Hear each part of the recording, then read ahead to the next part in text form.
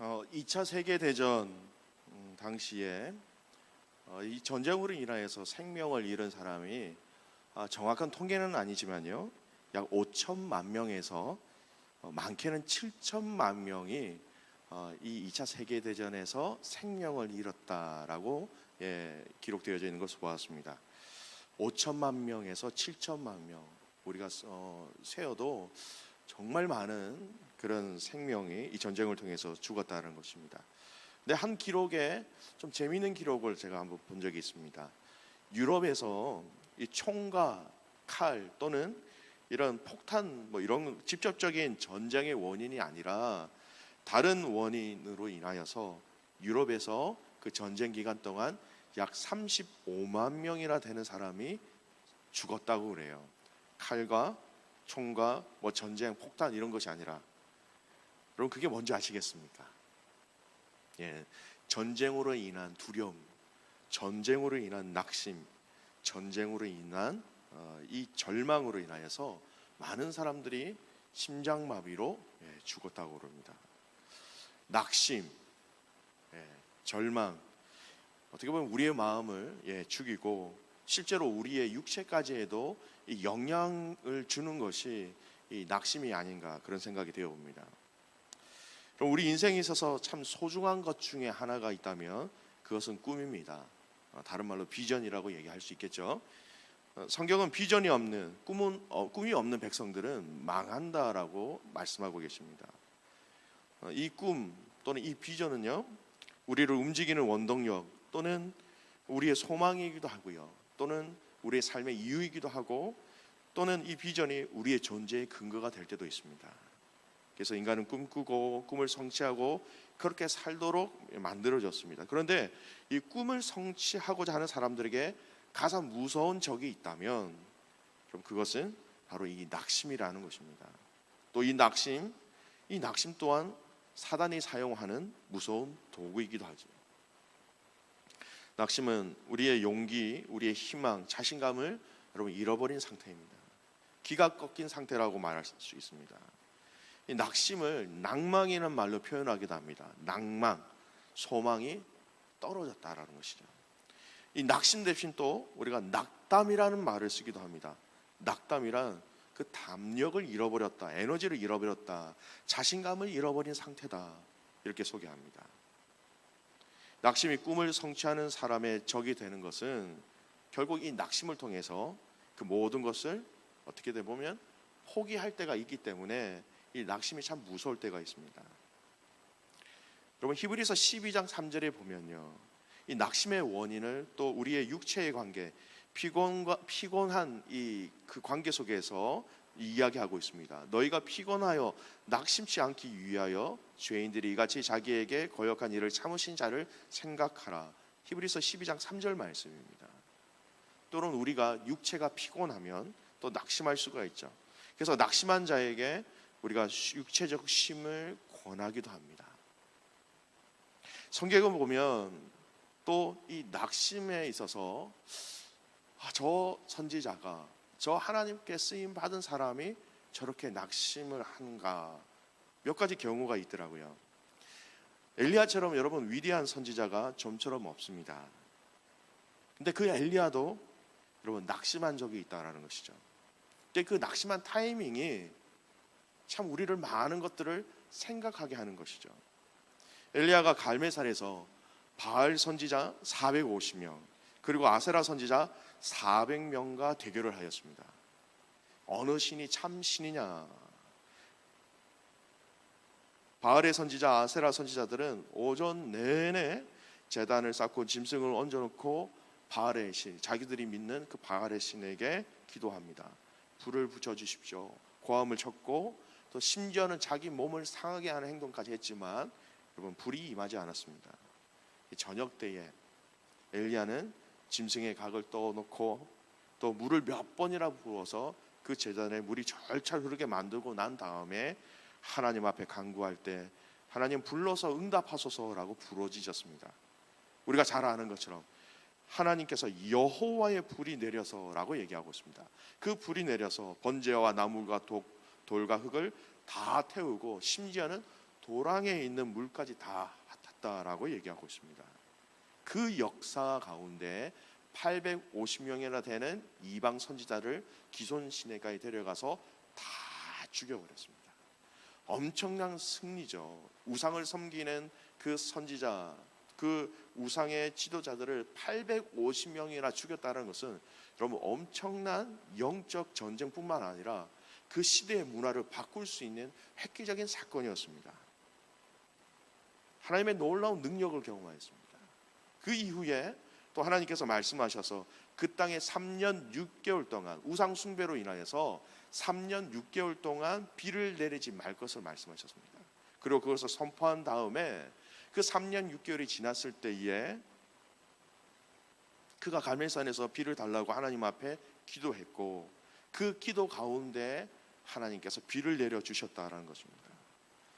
정말 엄청난 큰 역사를 경험했습니다. 그리고 그 많은 역사 이후에 그 엘리야가 이제 자기 방으로 돌아와서 잠시 쉬고자 할 그때에, 그러니까 이전에 엄청난 하나님의 기적과 역사를 경험하였기 때문에 어떻게 보면 이제는 뭘 해도 될 만한 자신감과 용기를 얻었을 그때쯤에 이세벨에게 연락이 왔습니다. 어떤 연락이 왔느냐? 내가 시집 올 때 데리고 온 선지자 450명 또 아세라 선지자 400명을 칼로 죽였으니까 내가 이맘때 너를 꼭 죽이겠다라는 무서운 소식을 듣게 됩니다.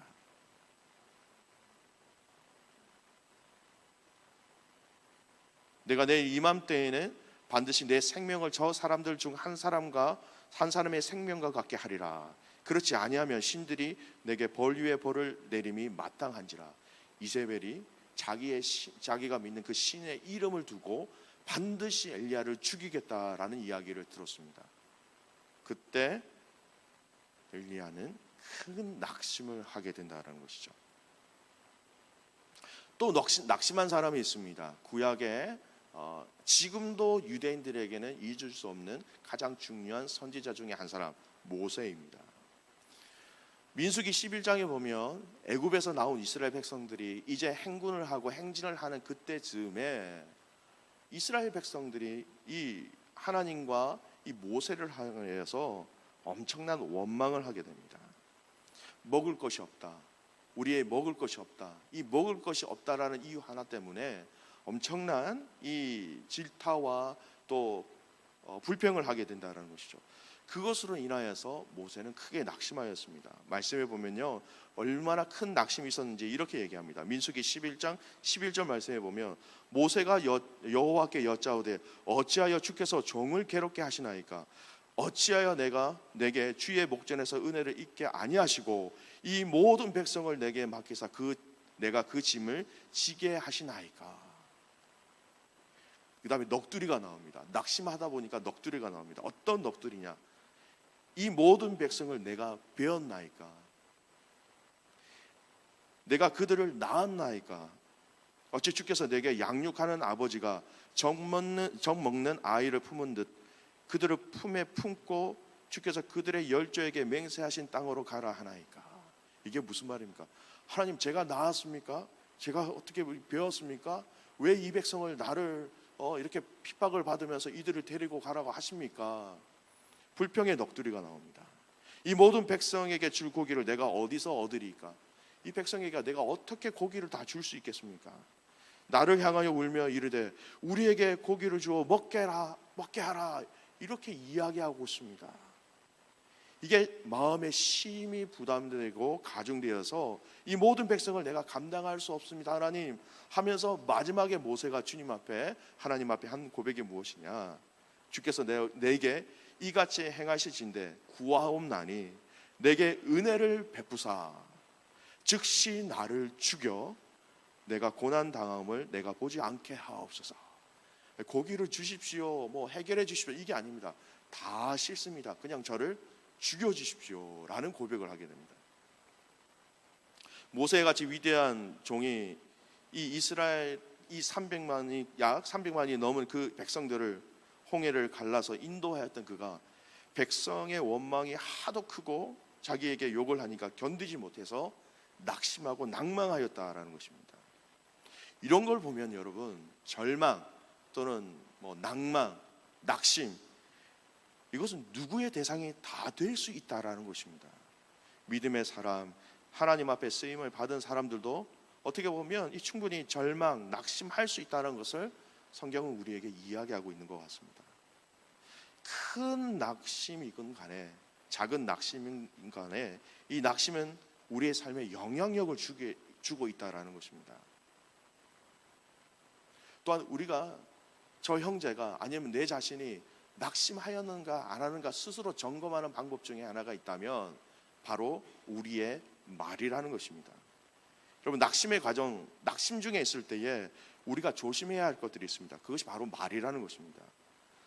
말을 부정적으로 하지 말아야 되고 생각을 부정적으로 하지 말아야 상처 입은 그 상황 속에서 마음이 무너졌을 때 일어날 수 있는 것인데, 낙심이 크게 되다 보면 우리의 말이 달라진다는 것입니다.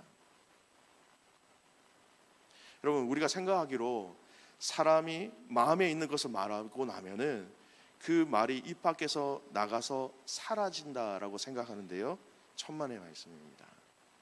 마음에 있는 말을 해서 밖으로 나가게 되면 여러분, 나가서 그 말은 실제로 활동을 하기 시작합니다. 성공과 축복과 은혜의 말을 하면 밖에 나가서 그것이 물줄기가 되어서 우리에게 물을 주고 그와 같은 환경을 만들어낼 수 있는 것입니다. 잠언 18장 21절에 보면 죽고 사는 것이 혀의 힘에 달렸나니 혀를 쓰기 좋아하는 자는 혀의 열매를 먹으리라 말씀합니다. 우리가 말을 하면 이 말이 밖에 나가서 열매를 맺어서 우리에게 다시 돌아온다라는 것입니다. 나쁜 말을 하면 여러분 나쁜 열매를 맺고, 좋은 말을 하면 좋은 열매를 맺을 수 있는 것입니다. 민수기 14장, 오늘 이 이스라엘 백성들이 모세를 향하여서 그렇게 불평하고 원망하였을 때에 여호와 하나님께서 그 백성들을 향하여 민수기 14장에 뭐라고 말씀하셨냐면, 그들에게 이르기를 여호와의 말씀에 내 삶을 두고 맹세하노라. 너희 말이 내 귀에 들린 대로 내가 너희에게 행하리라.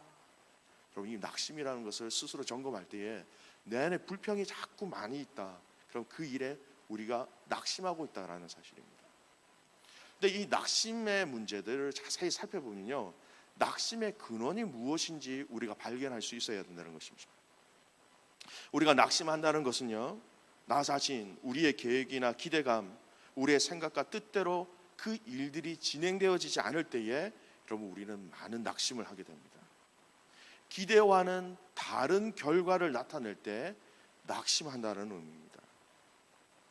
앞에서 나왔던 이 엘리야를 보십시오.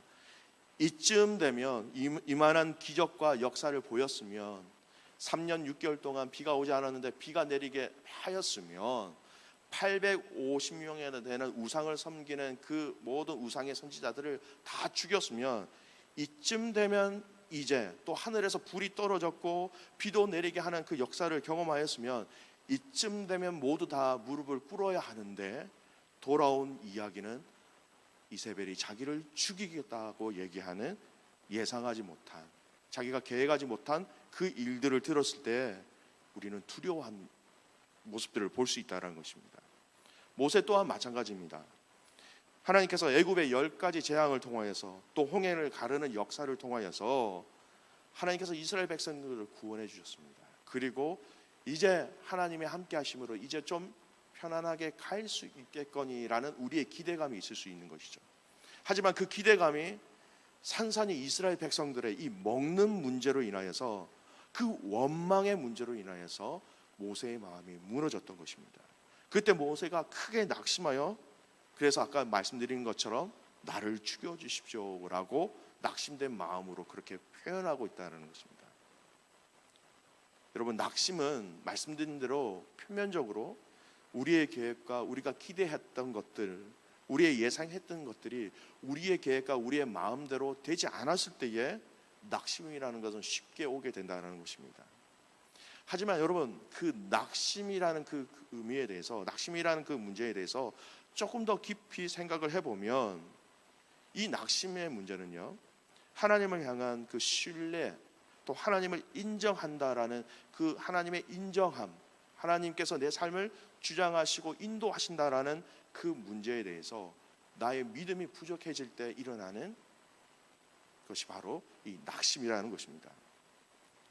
이 낙심이라는 부분을요, 기도의 응답이라는 차원에서 말씀드리면 이 부분을 좀 더 쉽게 이해할 수 있을 것 같습니다. 우리의 간구를 들어주셔서 또 우리의 그 기도했던 하나님 앞에 기도의 제목들이 그대로 이루어졌을 때에 여러분 우리는 이렇게 많이 합니다. 하나님 내 기도에, 하나님 우리 기도에 응답하셨다라는 얘기를 많이 하죠. 여러분 참 근데 이 표현은 철저하게 나 중심적인 생각입니다. 나 중심적인 표현이기도 하고요. 때로는 하나님이 우리가 열심히 간구하였을 때에 하나님이 노라고 얘기하실 때도 있습니다.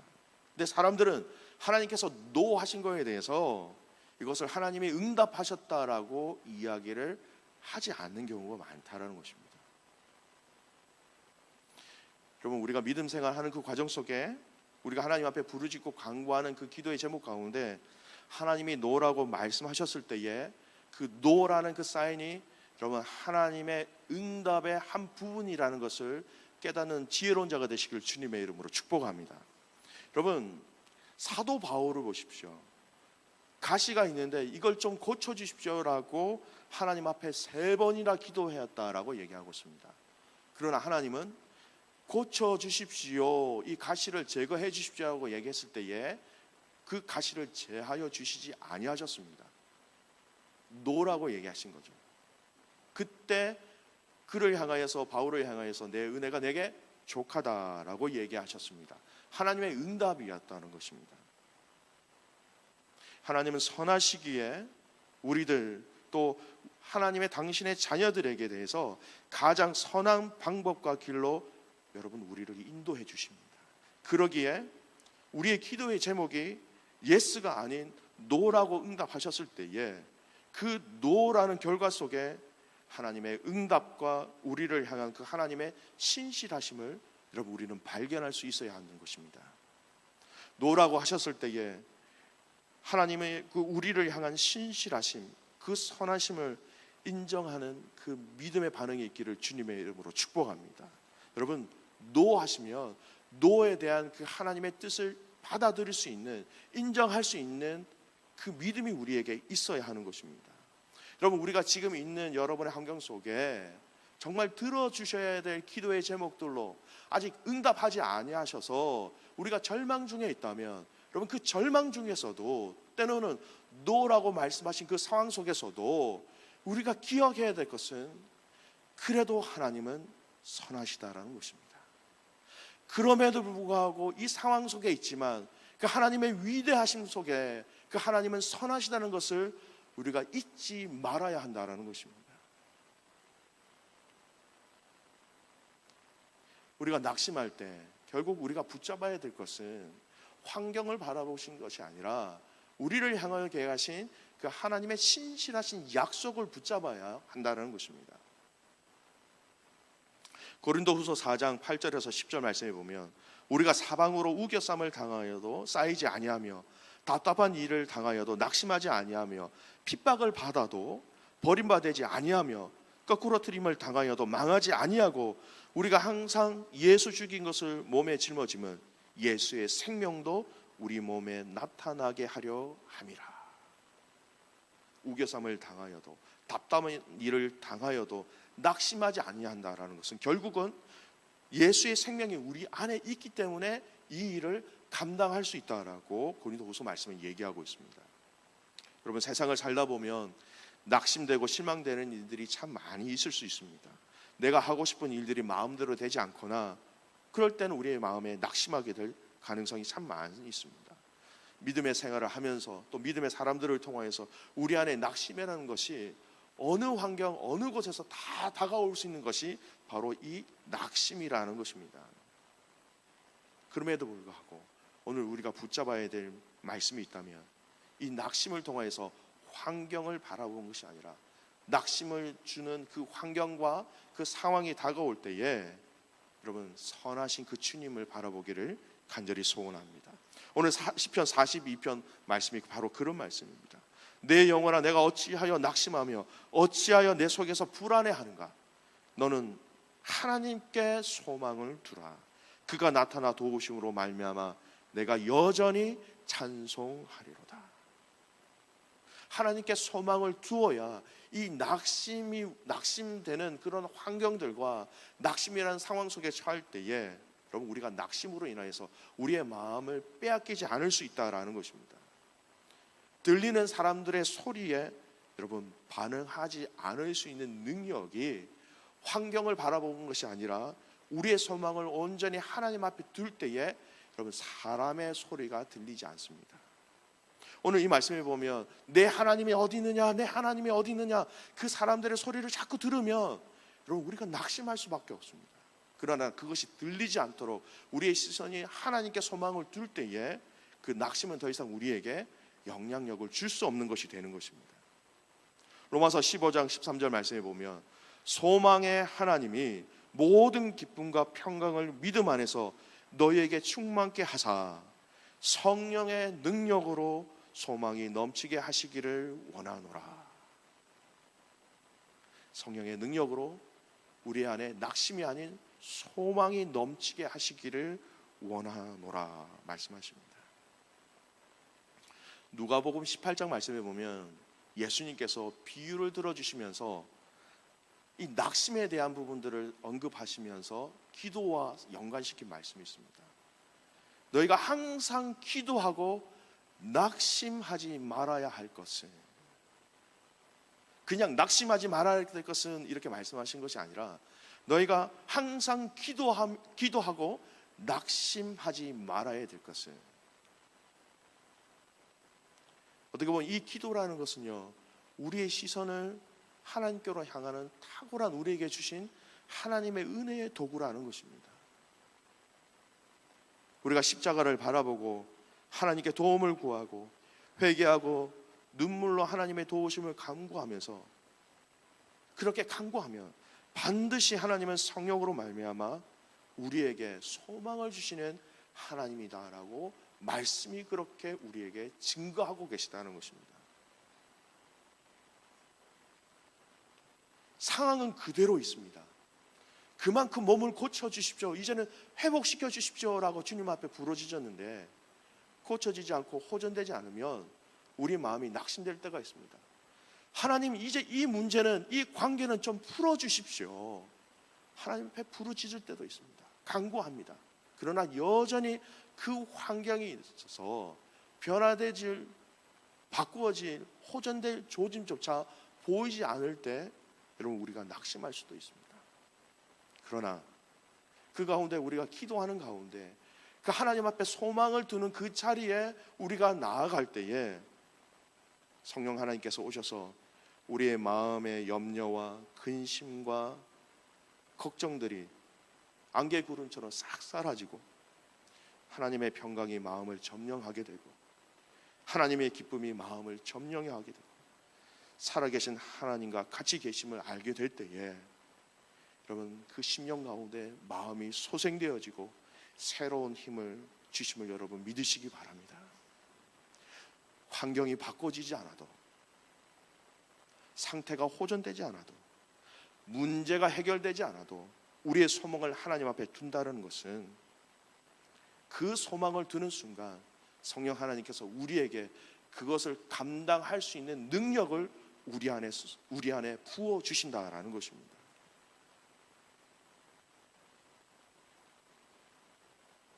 성경에 보면 낙심하지 않는 사람들을 참 많이 볼 수 있습니다. 그 중에 한 사람, 성경을 통하여서 예를 든다고 그러면 요셉이라는 사람을 들 수 있습니다. 여러분, 요셉은 형들의 미움을 사서 애굽 상인들에게 팔려서 애굽으로 팔려가는 그런 신세가 되었습니다. 아들의 신분에서 종의 신분이 바뀌었습니다. 인간적으로 생각하면 참 답답하고 비참한 인생 중에 하나입니다. 그래서 또한 거기서 엄청난 오해를 받고 감옥으로 가게 됩니다. 그러나 요셉의 마음에는 그 고통을 참고 하나님을 원망하거나 낙심하지 아니하는 그 신앙을 가지고 살아갑니다. 그 고통과 믿음을 보신 하나님께서 요셉을 구원하여 그 나라의 국무총리가 되게 하셨습니다. 그리고 그를 판 형님들이 왔을 때에 그의 고백은 이렇게 얘기합니다. 당신들은 나를 해하려 하였으나 하나님은 그것을 선으로 바꾸사 오늘과 같이 많은 백성의 생명을 구원하게 하시려 하셨나니. 상황이 점점 어려워지는 상황 속에서도 요셉은 그 심령 속에 그럼에도 불구하고 상황이 이렇게 어려워짐에도 불구하고 그 마음속에 있었던 것이 무엇이냐? 하나님은 나를 향하여 계획하신 그 계획하심에 선하심을 믿었다라는 것입니다.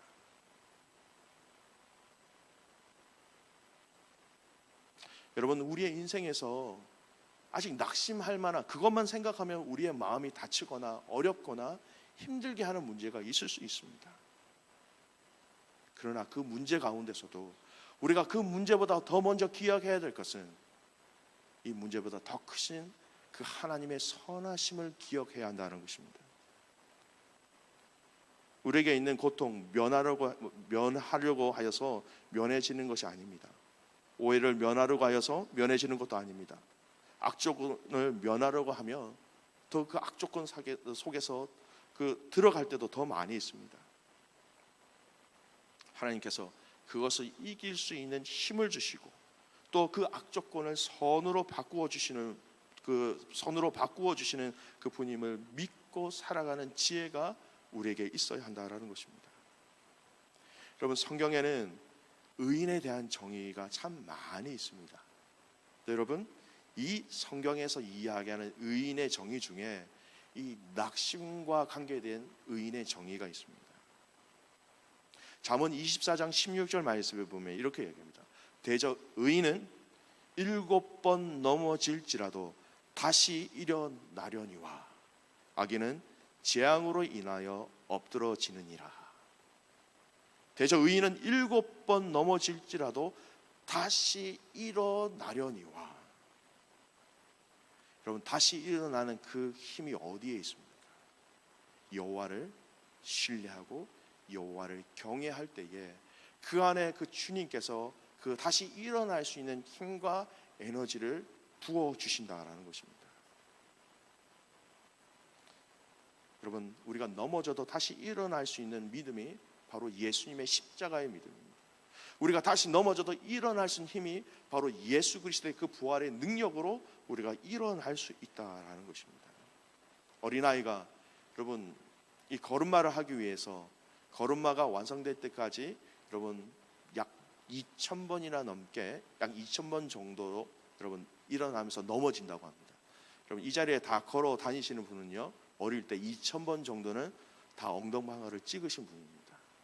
수많은 실패와 엉덩방아를 통하여서 결국은 우리가 걷게 되는 것처럼 여러분, 이 낙심이라는 부분이 때로는 우리를 넘어뜨리게 하고 엉덩방아를 찍게 하고 힘들게 하지만 그 과정 속에 하나님의 선하심을 우리가 믿고 선포하며 나갈 때에 성령께서 이길 힘을 주실 것뿐만 아니라 뛰어도 달려도 피곤치 아니하는 놀라운 하나님의 믿음의 사람으로 하나님께서 우리를 세워주심을 여러분 믿으시기 바랍니다.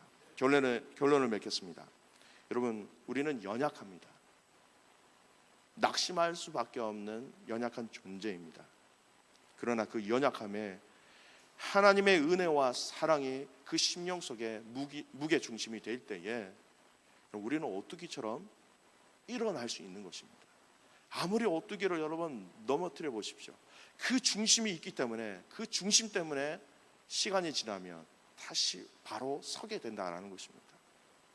하나님의 은혜와 하나님의 사랑과 하나님의 신실하심이 그 성령님이 우리 마음 심령 속에 중심 잡아 있을 때에 언젠가는 그 과정을 통해서 하나님께 영광 올려드릴 그날이 우리에게 있다라는 것이죠. 우리가 그 일 끝에서 우리는 주님을 만나는 것입니다.